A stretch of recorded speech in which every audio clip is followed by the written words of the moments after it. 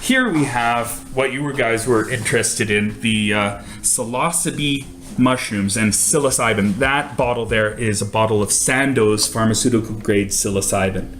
And it was derived probably from Mexicana. But we have Mexicana there, psilocybe azurescens, psilocybe glandis, psilocybe cubensis, psilocybe cyanescens.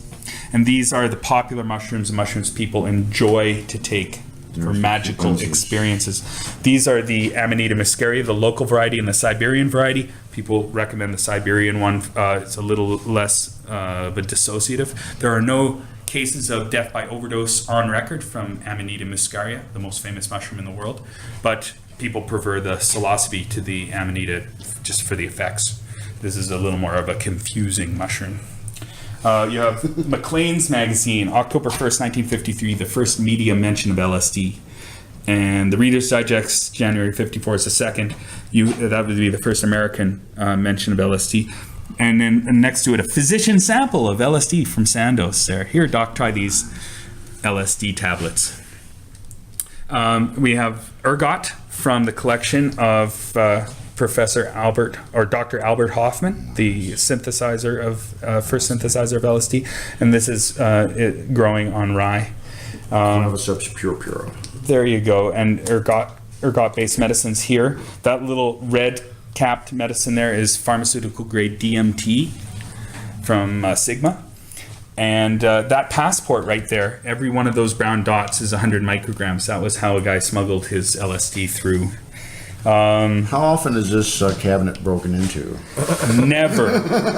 Our karma is too good. America. Yeah, we're not. If this is in the United States, what are you talking about? I think this is Chicago or something. Here we have wormwood-based medicines, the absinthe bottles. We've got aphrodisiacs, the two most powerful of which are yohimbe.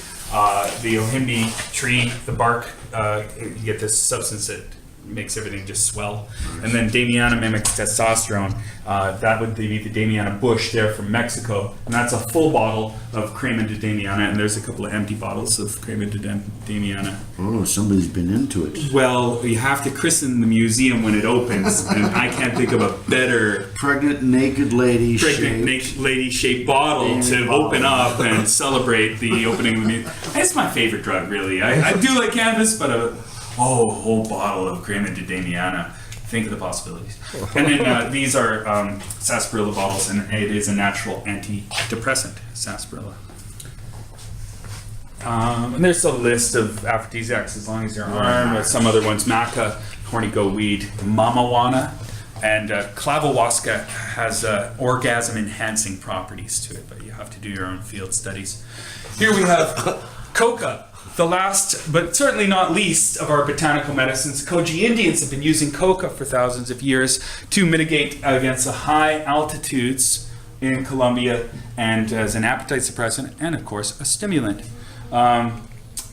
You can also find it being used in surgery as an analgesic medicine. This is the one of the largest supplies for pharmaceutical grade cocaine.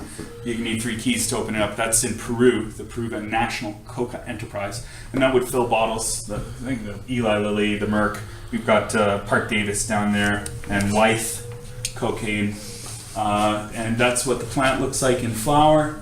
That's seedlings. It was found in Coca-Cola from 1886 to about 1905. And famous coca enjoyers. What caused them to take it out, you know? Oh, just the racism and the use of cocaine in kind of discriminating against blacks. Starting around 1900, I can show you an example of it. It was in the Dope Chronicles by Michael Horowitz and Michael Aldrich, of just the racism drug war starting to fester. Blacks were drinking coke? No, blacks were snorting coke.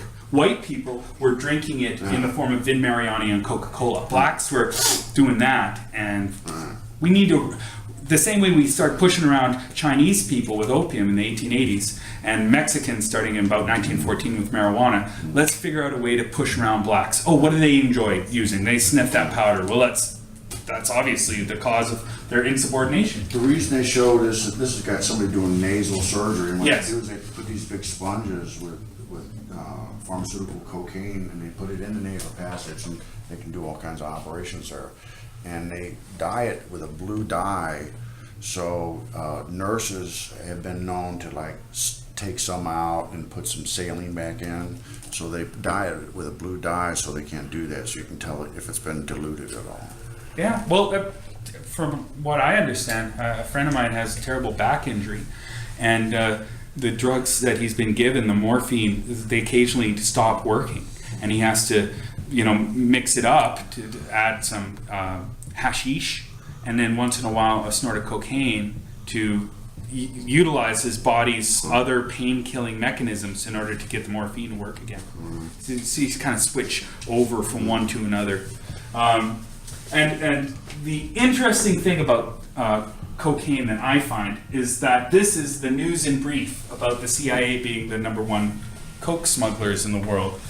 When the San Jose Mercury News ran their story, this is Blandone and Freeway Ricky Ross. I've been following that story pretty closely, and George Herbert Walker Bush. Right. Interestingly enough, he was the head of the CIA. Before he was head of the CIA, his job was to fundraise for the CIA, and how he did that was he had this operation called Zapata Oil. Nobody checked the crew to and from work every day when they went out to the offshore oil rig offshore Texas, and the Cuban connection, the cocaine would come up from Cuba to his offshore oil rig and then smuggled into the U.S. Wow. Then there's this guy Fidel Castro, and he fucked that up. And so George Herbert Walker Bush's next job for the CIA was to manage the invasion of Cuba. It was called the Bay of Pigs invasion, but before it was called that, they called it Operation Zapata, as in Zapata oil. Two of the landing craft were known as the Houston and the Barbara. George lived in Houston and was married to Barbara. In fact, all those World War II airplanes were called the Barbara 1, the Barbara 2, the Barbara 3. And so Kennedy fucked that up by not offering him air cover. So his next job was whacking Kennedy. He's the only guy in America who doesn't know where he was when Kennedy was shot. And yeah, I mean, he was a CIA brat.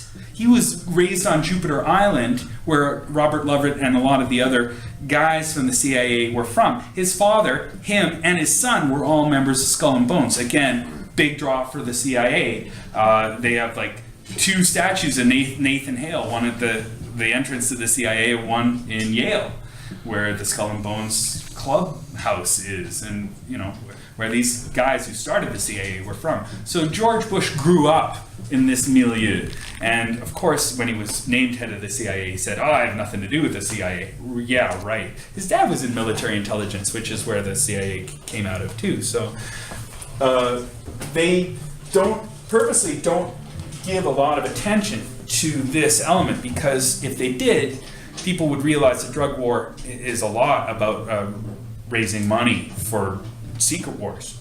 And if you take away the drug war and you legalize everything, and doctors are prescribing heroin and cocaine, and regular people have power over herbs, then the CIA doesn't have a source to raise money for these secret wars, and they do lose power that way.